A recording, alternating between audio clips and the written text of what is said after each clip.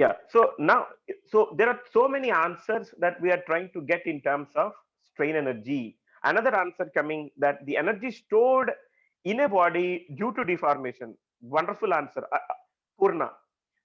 And then we have another answer that is resistance force offered by the body due to external force by Chanakya. Good. So you all have been trying to give very good answers. Uh, but see, I would try to link all your answers now. I will try to link all your answers. So whenever we are trying to talk about strain energy, so there are two different terms, right? So when we say strain, what is strain? Change in length by original length is called strain. And what is energy?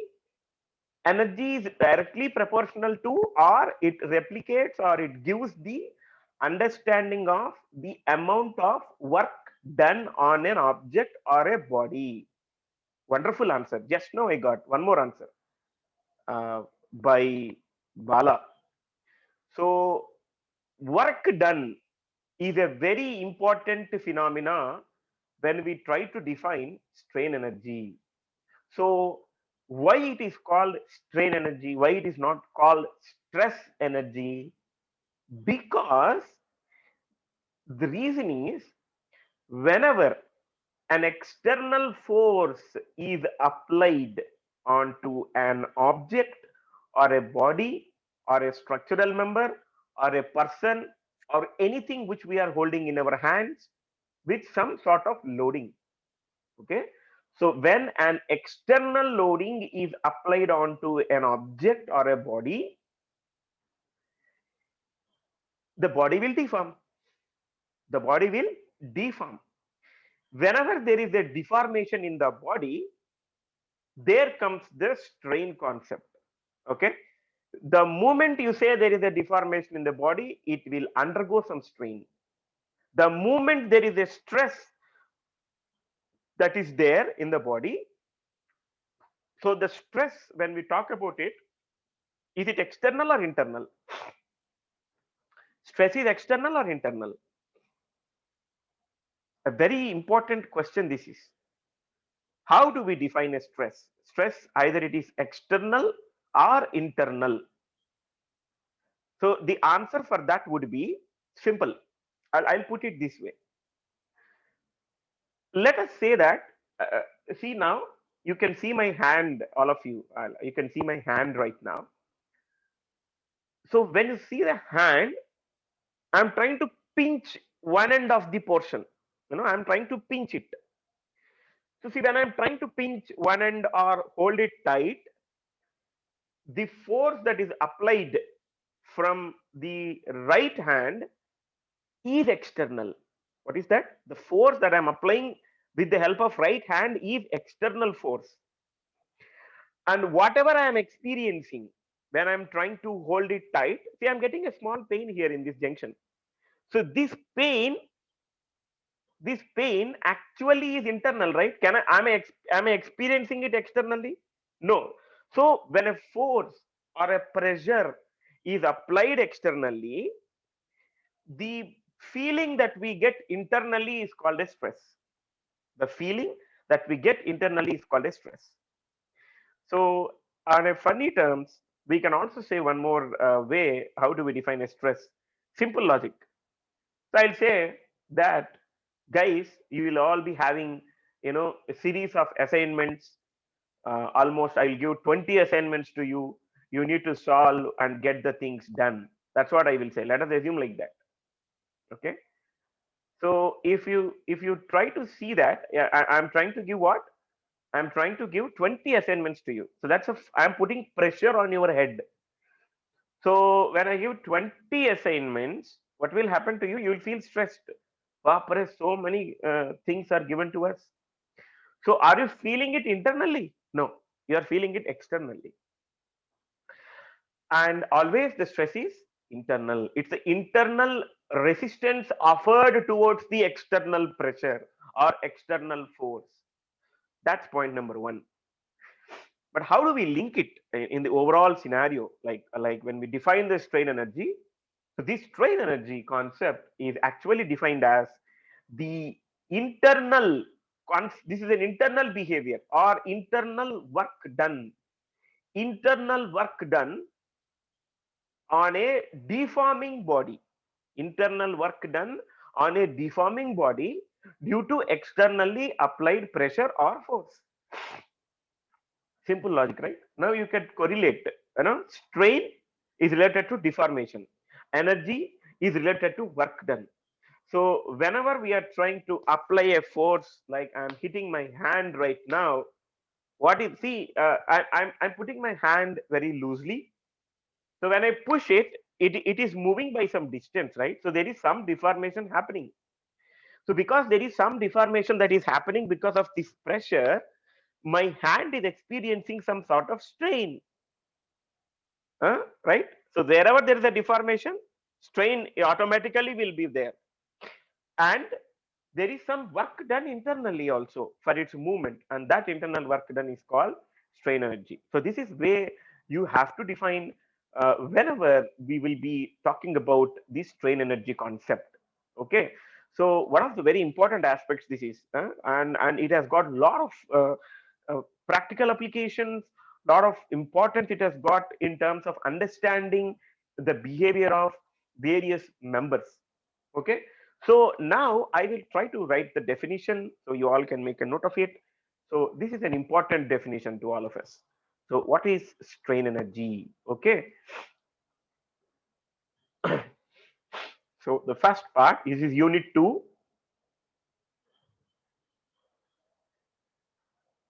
and the first part that we are trying to learn is strain energy, a very important definition for strength of materials as well as structural analysis.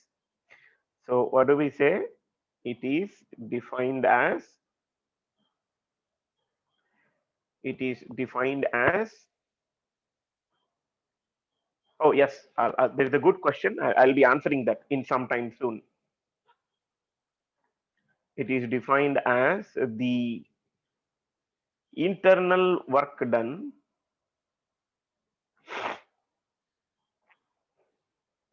internal work done, internal work done on a deforming body, or let us say in a deforming body, in a deforming body, in a deforming body due to externally applied, due to externally applied force or pressure, due to externally applied force or pressure. That's how best, in a simplest way, we can define the definition corresponding to the strain energy. Now, there is an important question which was there, and whether whatever the strain that we are trying to talk about, is it dependent on the kind of stress, or whether the stress is dependent on strain. How do we correlate and how do we get the understanding? That's something that we need to also assess. So the answer for that would be simple logic. So let us try to assess ourselves whether stress depends on strain or strain depends on stress. Can we guarantee that only if there is an external pressure or force an object would undergo deformation? Answer would be yes. I'm talking at macro level, I'm talking at a global level, and I'm talking at a structural level. If you take a structure, you are sitting inside a room or a house right now. Imagine a case. Now the temperature today would be 45 degrees, and tomorrow the temperature would be 20 degrees. So there is a decrease in the 25-degree temperature in which your house is experiencing. Does that not mean that it is undergoing some sort of minute kind of pressure, because it has to take the heat from external atmospheric condition, at the same time cold due to 20-degree temperature?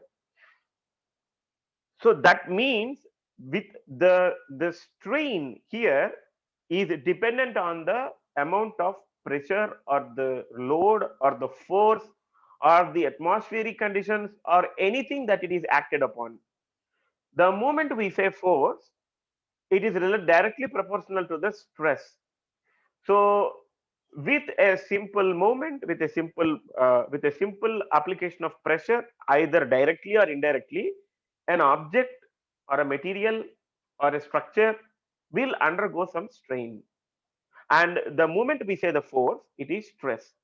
So it is dependent upon the force or stress. Now there is one very important question to all of us.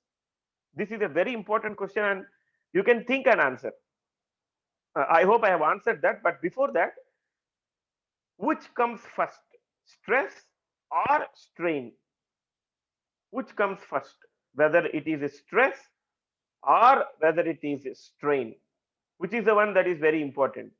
Yes, very good answer. Strain. Why does strain come first?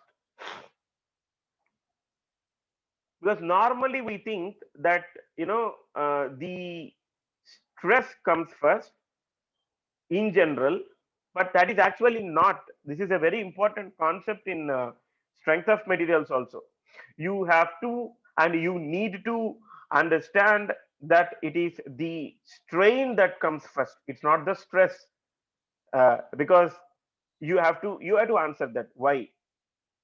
Yes, first it changes its dimension. First, it changes its dimension, and then we will try to see a stress related phenomenon to an object. As simple as that.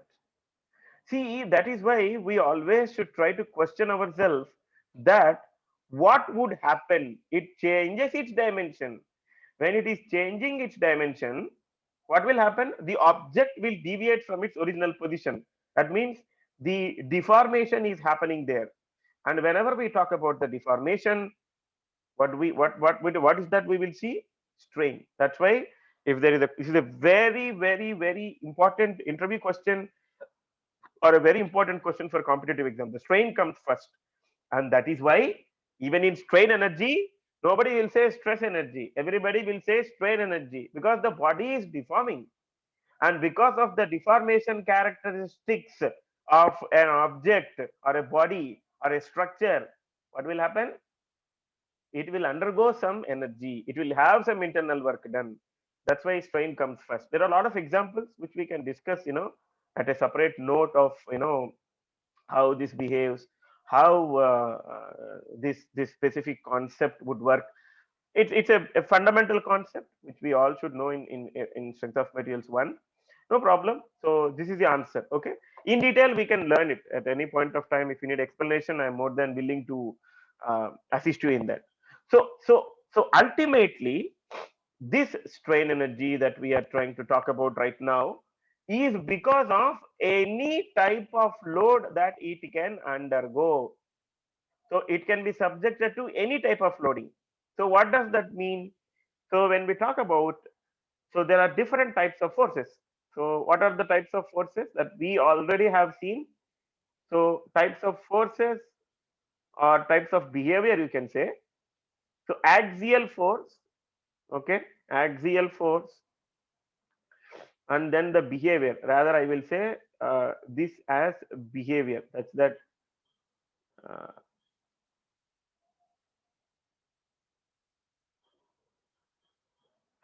okay, to make it very simple. Axial, bending, shear, torsion. So I think you might have studied the torsion of circular shafts as a fifth unit in strength of metals one. Yes, correct. Autonomous batch. So now if you see different types of behavior of a given object, an object can undergo the following types of behavior with respect to its application of load. Okay. So now what does that mean here? What do we understand from that?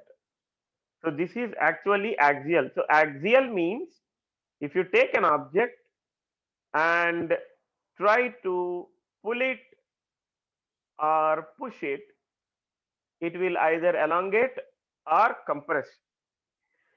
Now, Because of this behavior of elongation or compression, hmm, elongation or compression, this will undergo some work done. This will undergo some work done. Now, this work done is stored in the form of energy, and that energy is the strain energy due to axial pull or push. So that is the first topic that we will learn in this concept. So we will try to calculate how much energy is required, or how much energy or how much work is done by an object or a body for its pull or push. Second thing, this is the first one. Now when we go to second one, what is it called? Bending. So what do you mean by bending? You take a beam, let it be subjected to any type of load. Let it be subjected to any given type of load. So when it is subjected to any given type of load, what will happen? It will undergo a small deflected phenomena, and this phenomena is actually called as bending. Okay. Now the load can be any load, UDL, point load, uh, or a triangular load, uniformly varying load, anything. You might have seen different types of loads in strength of materials. Each and every individual component would be leading to the bending of an object or a member. Let us say around structure. Now here also some work is done. Some work is done here.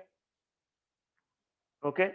So because of the work done due to bending, we need to calculate the strain energy associated with that. That's the second topic.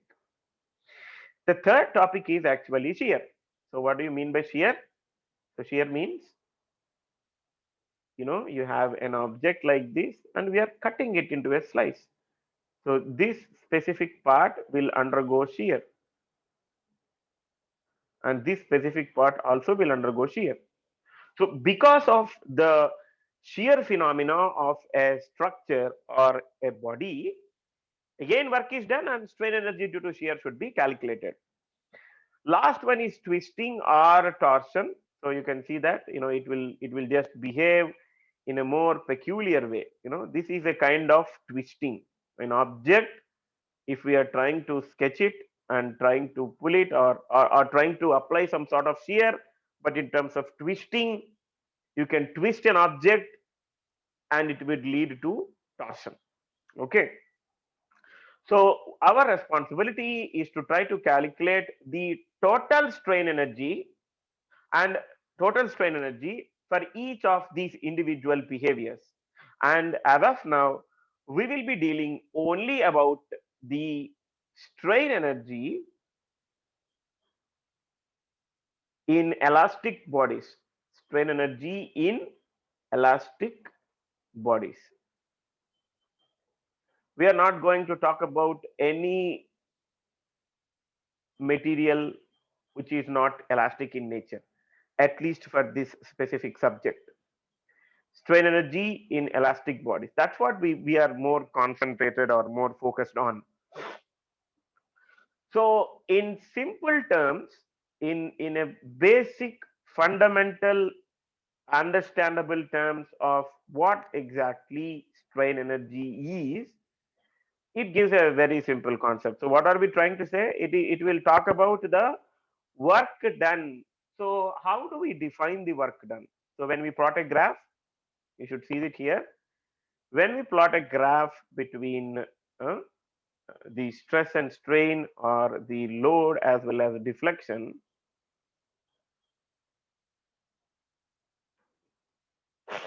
when you plot a graph like this, you can see a behavior which is close to this, linearly proportional. Elastic limit, right?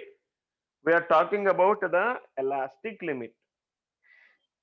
Now, what is strain energy and how are we trying to represent it here? That is a question that we need to ask. So, is strain energy the concept, that we are trying to consider it only in specific portion or in any other portion? So this is a normal graph that we normally sketch between the strain and the stress. So this is the strain and this is the stress. Strain and the stress. So now what does this mean? Within the elastic limit, stress is directly proportional to strain, and this graph also talks about the same thing. Now, this can also be deflection. This can also be deflection, and this can also be force, isn't it? So force and stress are in y-axis, strain and deflection are in x-axis. Now, the area work done is stored in the form of energy. What is that? Work done is stored in the form of energy. Work done is stored in the form of energy. One important understanding we need to have. So, if we can try to plot the graph, not now, I mean, not in the mathematical part or derivation part or the entire part of this, but if you are trying to sketch this specific portion, this specific portion of the load deflection curve, if we can try to see this, this is actually, this zone is called strain energy and this zone is called complementary energy. This zone is called complementary energy, means within the elastic limit till a point where it can take the portion of the load which is directly proportional to the deformation.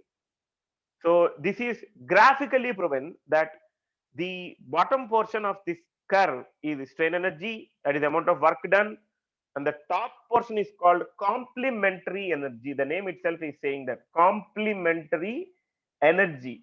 So it is just a line that is sketched to get the approximate behavior of amount of energy that an object or a body can take. In simple terms, I am saying it again. So simply, energy stored in a body due to deformation within the elastic limit is called the strain energy. But when it comes to uh, the elastic materials, complementary strain energy and the original strain energy are same. Because you see here, when you try to take these both spaces, how much ever is the area here, same is the area here also. So another observation that we have just got is, in linear elastic materials, in linear elastic materials,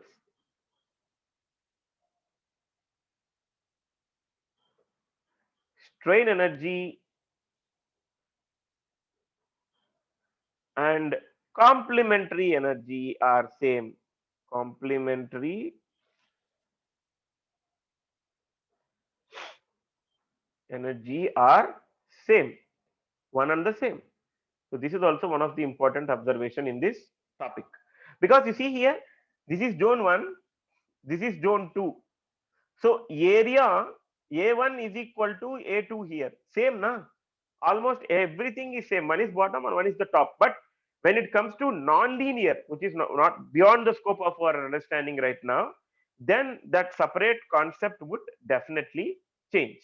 Okay, so this is how we try to define strain energy, complementary energy, and how we try to apply the concept of strain energy to axial behavior, bending, shear, and torsion.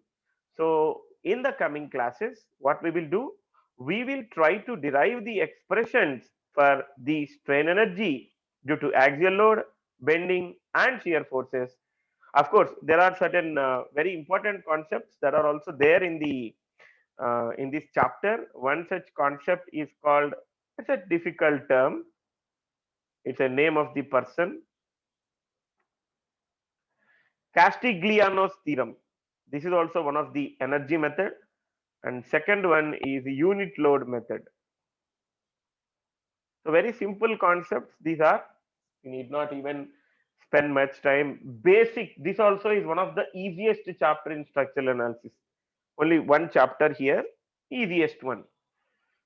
So apart from learning the strain energy basic concepts, we will also try to use the Castigliano's theorem and the unit load method for the calculation of deflection for a beam or a frame, or the deflection of beam and a frame. Simple frames. So whatever the simply supported beam you have calculated in strength of materials 1, the bending moment, shear force, deflection using various methods. We will also try to calculate the deflection of a simply supported beam with UDL using Castigliano's theorem and unit load method. We can do that. So already what all we have done in the previous subject, that we have calculated the deflection and slope using the direct integration method, Macaulay's method, moment area method, and conjugate beam method. Now we are getting two more methods, that is Castigliano's theorem and unit load method. So in the next class, we will try to learn the derivations of strain energy due to axial load and strain energy due to bending. Okay. So thank you all, and see you in the next class.